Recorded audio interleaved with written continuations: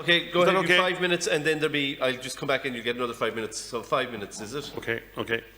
Thank you, Mr. Chairman, and I welcome our witnesses. And then 5 at the end. Yeah. Go ahead.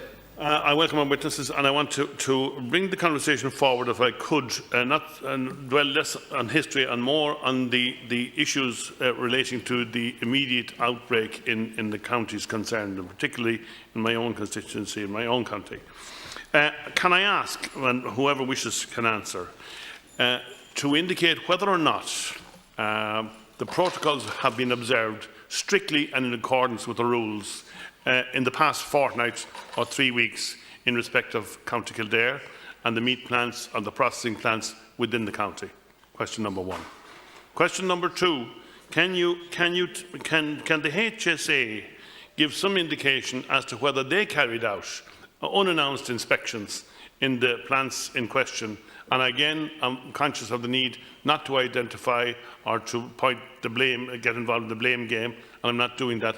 There are a number of cases. Can I ask if the HSE carried out announced or unannounced inspections of the plants concerned in the past 3 to 4 weeks, which would have a bearing on it? And the next question is to ask each and all again, if, having regard to the submissions made at the earlier session this morning, at which there was considerable criticism levelled at a number of the bodies concerned, can I ask if each and all are acutely aware of the urgent necessity to respond in the strictest possible terms to a possibility of an outbreak? In other words, the first signs of or suspicion of an outbreak, to what extent is action being taken? And the last question is in relation to notification. I also reference the fact that the HSA has been accused of obstructing progress in the identification of in the inspection rate and the need for inspection. But the last question is in relation to languages and in relation to foreign workers. Can you, whatever level, indicate the extent to which foreign-based workers were involved at the locations concerning all of us at this particular time? My understanding is that they are all naturalised citizens, are living in the immediate area and have their own homes to go to, or whatever. If there are exceptions to those rules, we need to know to what extent has that been identified and to what extent action has been taken in order to prevent a potential outbreak in the future. Thank you, Chairman. Thank you. I might come in and answer at least part of the Deputy's question there in relation to, about are the protocols being followed. Just as I mentioned at the start, we have a permanent presence in 49 plants and we have an occasional presence in other plants. And so from the feedback from our staff... Chairman, I'm referring to the Kildare Laois Offaly region. Yeah, well, I'll talk in general terms, and I think the same applies to Kildare and Laois and Offaly as well.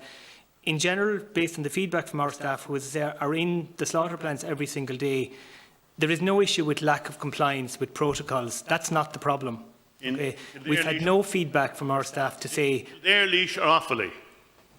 No issues have been fed back to us as regards. Lack of compliance with protocols is not the problem with this virus, in my opinion, and for what we've seen so far with feedback.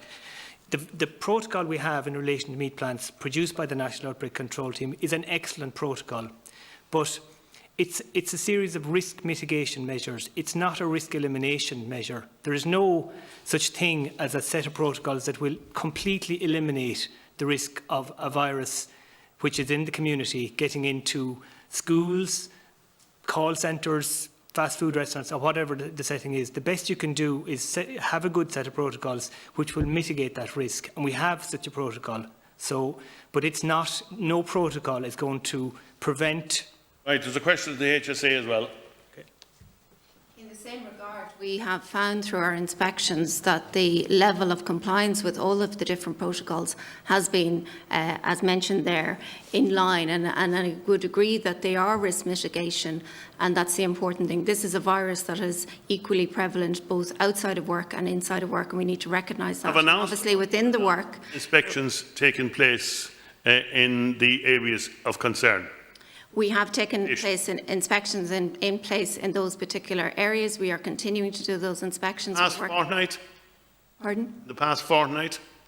Many of those plants that are actively involved in the outbreak are closed, so therefore the ability to inspect, but obviously as they reopen, we will be undertaking further unannounced inspections in that regard. And we're working very closely with the OCT, the local outbreak control teams. And I think the reality is that this is a public health-led matter, and so questions, I suppose, about some of the recommendations, etc., and what we're trying to ensure is online and in place in these workplaces, may be best coming to the HSE and public health in that regard. But we are working very closely with them, and we will continue to do so.